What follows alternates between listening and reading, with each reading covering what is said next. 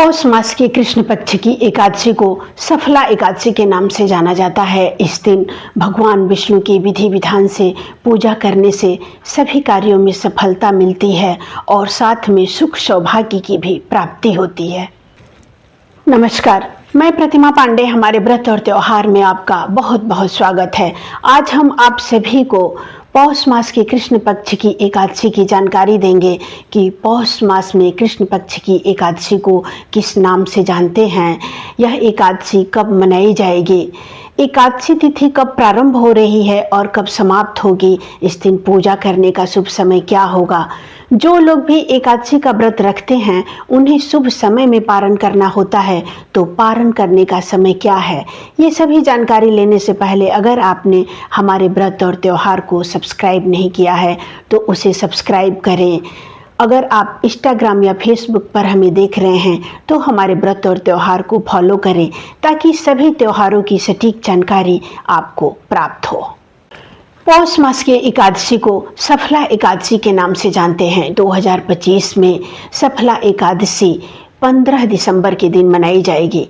एकादशी तिथि का प्रारंभ 14 दिसंबर की रात में 8:46 पर हो जाएगा और 15 दिसंबर की रात में 10:09 पर एकादशी तिथि समाप्त हो जाएगी। इसीलिए उदया तिथि का ध्यान रखते हुए आप सभी लोग 15 दिसंबर के दिन ही सफला एकादशी का व्रत करें।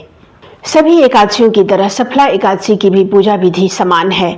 एकादशी के नियम 10वीं तिथि के शाम से ही शुरू हो जाते हैं। शाम के खाने में आप सात्विक भोजन ग्रहण करें और एकादशी तिथि के दिन प्रातः स्नान से निवृत्त होकर सबसे पहले संकल्प करें। उसके बाद शुभ समय में भगवान विष्णु जी की विधि विधान से पूजा करें और पीले पुष्प, मिठाई, फल, जो भी सीजन के फल हैं उन्हें चढ़ाएं और अगर आपके पास समय है तो वहाँ पर बैठकर उनके मंत्रों का जाप अवश्य करें। इस दिन विष्णु सहस्त्र नाम सुनना या पढ़ना बहुत ही शुभ फलों को प्रदान करने वाला होता है। प्रत्येक एकादशी तिथि पर अगर आप भगवान विष्णु जी को पंचामृत का भोग लगाते हैं तो ये बहुत ही शुभ फलों को प्रदान करने वाला होता है। इस दिन आप तुलसी मंजरी भगवान विष्णु को अवश्य अर्पित करें।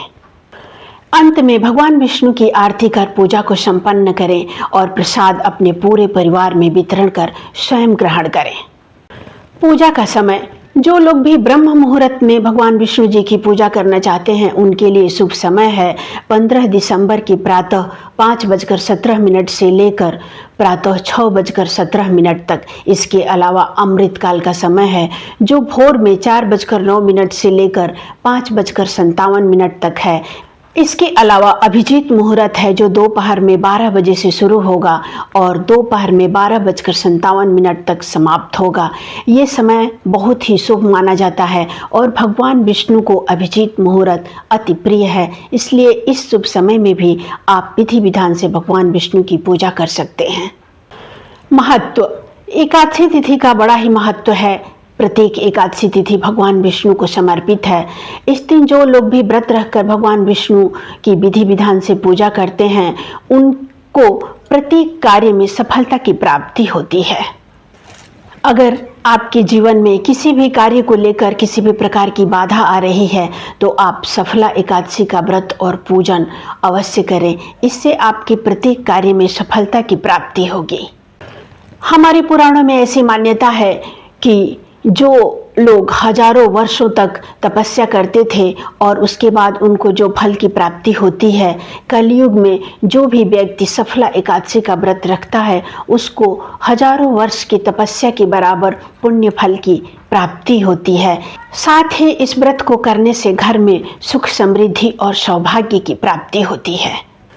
जो लोग भी एकादशी का व्रत रखते हैं उन्हें शुभ समय में पारण करना होता है, तो सफला एकादशी व्रत के पारण करने का शुभ समय है 16 दिसंबर को प्रातः 7:09 से लेकर प्रातः 9:11 तक। इस शुभ समय में व्रत का पारण कर व्रत को पूर्ण करें।